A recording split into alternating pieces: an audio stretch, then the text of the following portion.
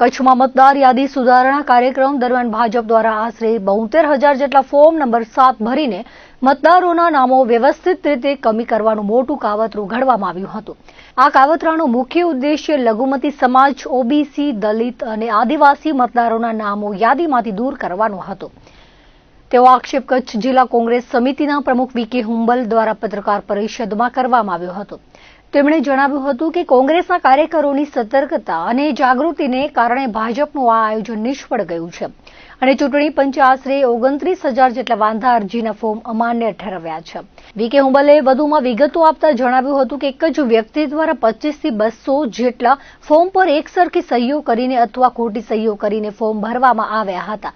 આ પ્રક્રિયામાં ડિજિટલ સોફ્ટવેરનો ઉપયોગ કરીને જથ્થાબંધ ફોર્મ જનરેટ કરવામાં આવ્યા હોવાનું પણ પ્રાથમિક પુરાવાઓથી સ્પષ્ટ જણાય છે. આ ફોર્મમાં મતદારોના મોબાઈલ નંબરો પણ ખોટા લખવામાં આવ્યા હતા અને ભાજપના રાજકીય કાર્યકરોને ખોટા ઓબ્જેક્ટર તરીકે ઉભા કરવામાં આવ્યા હતા. આ પ્રકારની છેતરપિંડી દ્વારા ભારતના બંધારણની કલમ 14, 15 અને 326 હેઠળ મળેલા મૂળભૂત અધિકારોનું ઉલ્લંઘન કરવાનો પ્રયાસ કરવામાં આવ્યો છે. કોંગ્રેસ પક્ષ દ્વારા આ મામલે ભારતીય ન્યાય સંહિતાની વિવિધ કલમો જેવી કે ગુનાહિત કાવતરું, છેતરપિંડી, ખોટા દસ્તાવેજો બનાવવા અને નકલી દસ્તાવેજોનો ઉપયોગ કરવા હેઠળ ગુનો નોંધવાની માંગ કરવામાં આવી છે. આ ઉપરાંત રિપ્રેઝન્ટેશન ઓફ પીપલ એક્ટ 1950 હેઠળ પણ કડક કાર્યવાહી કરવાની માંગણી દોહરાવવામાં આવી છે. કોંગ્રેસે આક્ષેપ કર્યો છે કે આટલી મોટી સંખ્યામાં ફોર્મ સીધા પ્રાંત અધિકારી અથવા ઈરો સમક્ષ રજૂ કરવામાં આવ્યા હતા, જે સીધો નિયમોનો ભંગ છે. આ સમગ્ર કૌભાંડની ફોરેન્સિક તપાસ કરવાની અને જે પ્રિન્ટિંગ પ્રેસ કે સોફ્ટવેર દ્વારા ફોર્મ તૈયાર થયા છે તેની તપાસ કરવાની માંગ કરવામાં આવી છે. જે સરકારી કર્મચારીઓએ આ ખોટા ફોર્મ સ્વીકારવામાં મદદગારી કરી છે તેમની સામે પણ એફઆઈઆર નોંધવા માટે કોંગ્રેસે રજૂઆત કરી છે. વી.કે. હુંબલે અંતમાં જણાવ્યું હતું કે સામાન્ય જનતામાં આ બાબતે ભારે આક્રોશ છે અને લોકશાહીની ગરિમા જાળવવા માટે આ ષડયંત્રના મુખ્ય સૂત્રધારો સામે કાયદેસરની કાર્યવાહી થવી અનિવાર્ય છે.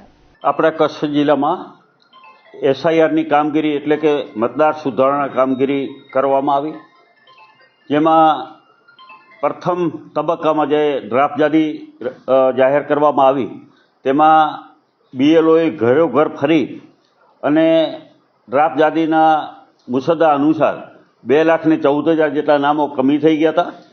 પરંતુ ત્યાર પછી ભાજપને શું કુબુદ્ધિ સૂજી કે એમને 72,000 જેટલા ફોર્મ નંબર 7 જે નામો કમી કરવા માટેનું ફોર્મ છે જે જથ્થાબંધ રીતે જુદી જુદી પ્રાંત કચેરીઓમાં રજૂ કરવામાં આવ્યા.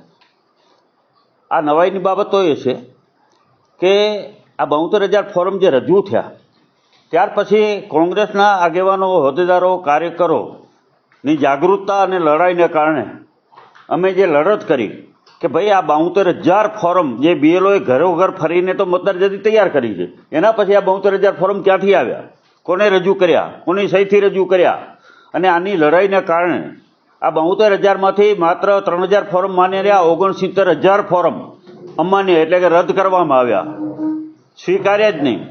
એનો મતલબ એ થયો કે ભાજપના નેતાઓના ઇશારે, ભાજપના આગેવાનોના ઇશારે આ ફોર્મ રજૂ કરવામાં આવ્યા હતા, જેમાં નામો ખોટા હતા, સહીઓ ખોટી હતી, મોબાઈલ નંબર ખોટા હતા, ચૂંટણી કાર્ડના નંબર ખોટા હતા.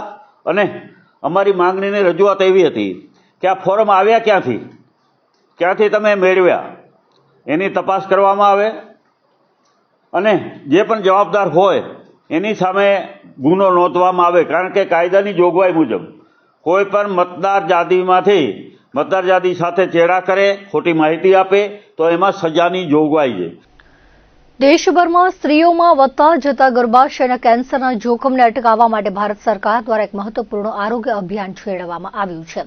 વડાપ્રધાન નરેન્દ્ર મોદી દ્વારા ગત 28મી ફેબ્રુઆરીના રોજ અજમેર ખાતેથી સમગ્ર દેશમાં વિમન પેપિલોમા વાયરસ વેક્સિનનું લોન્ચિંગ કરવામાં આવ્યું હતું, જેના અનુસંધાને કચ્છ જિલ્લામાં પણ આ રસીકરણ ઝુંબેશનો પ્રારંભ થયો છે. ભુજ સ્થિત અર્બન હેલ્થ સેન્ટર 3 ખાતે આયોજિત વિશેષ કેમ્પમાં મેડિકલ ઓફિસર ડોક્ટર વૈશાલીએ આ રસીના મહત્વ અંગે વિસ્તૃત માહિતી આપી હતી. ડોક્ટર વૈશાલીએ જણાવ્યું હતું કે ભારતમાં મહિલાઓમાં જોવા મળતા કેન્સરના પ્રકારોમાં સર્વાઇકલ કેન્સર બીજા ક્રમે છે, જે વિમન પેપિલોમા વાયરસના કારણે થાય છે. આ ગંભીર બીમારીને નાથવા માટે 14 થી 15 વર્ષની વયની દીકરીઓને સુરક્ષિત કરવી અનિવાર્ય છે. અત્યાર સુધી આ રસી માત્ર ખાનગી હોસ્પિટલોમાં જ ઉપલબ્ધ હતી, જ્યાં તેનો એક ડોઝ અંદાજે 4 થી 5 હજાર રૂપિયા જેવી મોંઘી કિંમતે મળતો હતો. જોકે હવે ભારત સરકાર દ્વારા વેક્સિન તમામ સરકારી પ્રાથમિક આરોગ્ય કેન્દ્રો અને શહેરી આરોગ્ય કેન્દ્રો પર તદ્દન નિઃશુલ્ક ઉપલબ્ધ કરાવવામાં આવી છે. ભુજ નગરપાલિકાના પ્રમુખ રશ્મિબેન સોલંકીએ આ જણાવ્યું હતું કે આ અભિયાન આગામી 3 મહિના સુધી કાર્યરત રહેશે. આરોગ્ય વિભાગ દ્વારા જનતાને અપીલ કરવામાં આવી છે કે 14 થી 15 વર્ષની તમામ દીકરીઓ નજીકના આરોગ્ય કેન્દ્રની મુલાકાત લઈ આ રસી અચૂક મુકાવે. દીકરીઓના ઉજ્જવળ અને સ્વાસ્થ્યપ્રદ ભવિષ્ય માટે આ વેક્સિન એક સુરક્ષા કવચ સમાન થશે, જે ભવિષ્યમાં ગર્ભાશયના કેન્સર જેવી જીવલેણ બીમારી સામે લડવામાં મદદરૂપ બનશે. માનનીય વડાપ્રધાન મોદી સાહેબે અજમેર સ્થિત જે સર્વાઇકલની એચપીવી જેનેકિન વેક્સિનેશનની શુભારંભ કરવામાં આવ્યો હતો, જેના લીધે આજે કચ્છની અંદર ખાસ કરીને અત્યારે ભુજની અર્બન 3ની અંદર જે 14 અને 15 વર્ષની જે દીકરીઓ છે એના માટે સર્વાઇકલ કેન્સરની એચપીવી રસીકરણનો આજે શુભારંભ કરવામાં આવ્યો છે. ખાસ કરીને આ વેક્સિનની વિશેષતા એ કહી શકીએ કે માનનીય વડાપ્રધાન નરેન્દ્રભાઈ મોદી સાહેબે આપણી દીકરીઓ માટે ફ્રી ઓફ જેને કંઈ વેક્સિનેશન શરૂ કર્યું છે. આ રસીકરણ તો પ્રાઇવેટની અંદર પહેલેથી જ અવેલેબલ હતી, પણ એની કોસ્ટ 4 થી 5 હજાર જેટલું હતું. પરંતુ આ આપણા વડાપ્રધાન નરેન્દ્રભાઈ મોદી સાહેબે જેને કહીને કે આપણી દીકરીઓ માટે કરી અને ફ્રી વેક્સિનનું કર્યું છે, અને ખાસ કરીને આ અભિયાન 3 મહિના સુધી ચાલવાનું છે.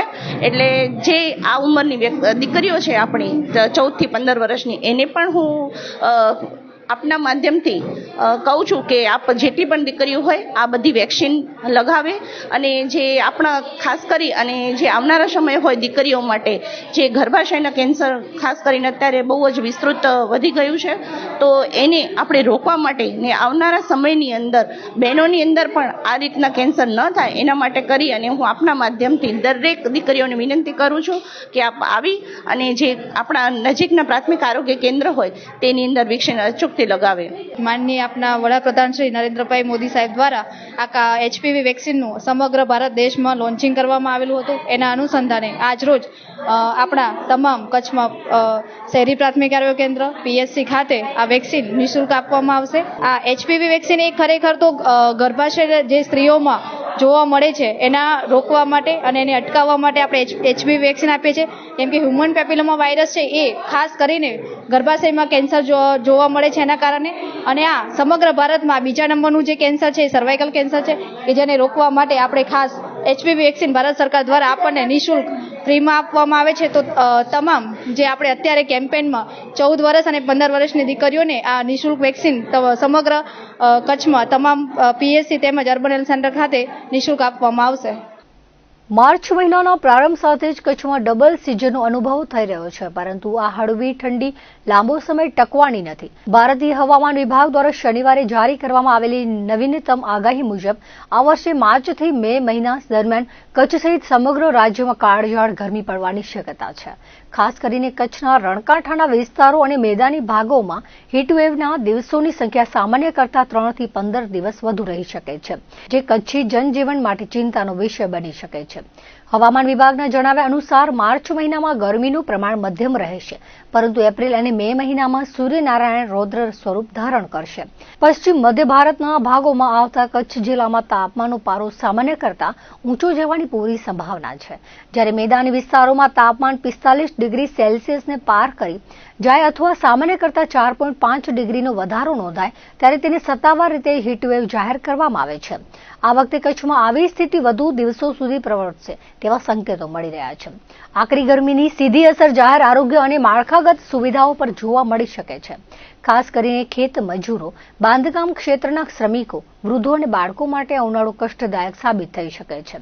ગરમીના વધતા પ્રકોપને કારણે જિલ્લામાં પીવાના પાણીના સ્ત્રોતો પર દબાણ વધશે અને વીજળીની માંગમાં પણ તોતિંગ ઉછાળો આવવાની શક્યતા છે. કચ્છની ભૌગોલિક સ્થિતિને જોતા રેતાળ જમીન જલ્દી તપી જતી હોવાથી અહીં ગરમીની તીવ્રતા અન્ય જિલ્લાઓ કરતાં વધુ અનુભવાય તેવી પૂરી શક્યતા છે. ભુજની જીકે જનરલ હોસ્પિટલ ખાતે રવિવારના રોજ જન્મથી લઈ કોઈ પણ ઉંમરની બહેરાશ ધરાવતા દર્દીઓ માટે એક વિશેષ મેગા કેમ્પનું સફળ આયોજન કરવામાં આવ્યું હતું.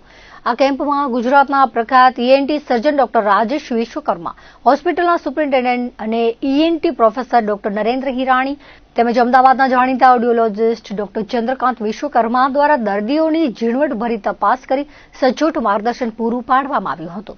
રવિવારની રજા હોવા છતાં મોટી સંખ્યામાં દર્દીઓ ઉમટી પડ્યા હતા અને બપોર સુધીમાં જ 100 થી વધુ દર્દીઓએ આ કેમ્પનો લાભ લીધો હતો. કેમ્પ દરમિયાન ઓડિયોલોજિસ્ટ ડોક્ટર ચંદ્રકાંત વિશ્વકર્માએ કહ્યું હતું કે તપાસમાં આવેલા દર્દીઓમાં જન્મજાત બહેરાશ, વધતી ઉંમરે આવતી શ્રવણ શક્તિની ખામી તેમજ કાનમાં રસી આવવા જેવી વિવિધ સમસ્યાઓ જોવા મળી હતી.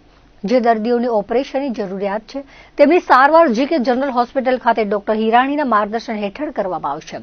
જ્યારે સાંભળવાના મશીનની જરૂરિયાતવાળા દર્દીઓને ઓડિયોલોજી વિભાગના હર્ષદભાઈ દ્વારા યોગ્ય માર્ગદર્શન આપવામાં આવ્યું હતું.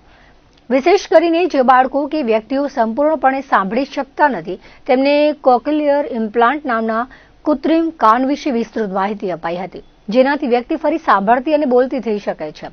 આ તકે હોસ્પિટલના ઈએનટી સર્જન ડોક્ટર નીતિ પરમારે માહિતી આપતા જણાવ્યું હતું કે આ કેમ્પનો મુખ્ય ઉદ્દેશ્ય બહેરાશની સમસ્યાથી પીડાતા લોકોને શરૂઆતથી અંત સુધીની તપાસ અને સારવારનું મેનેજમેન્ટ સમજાવવાનો હતો.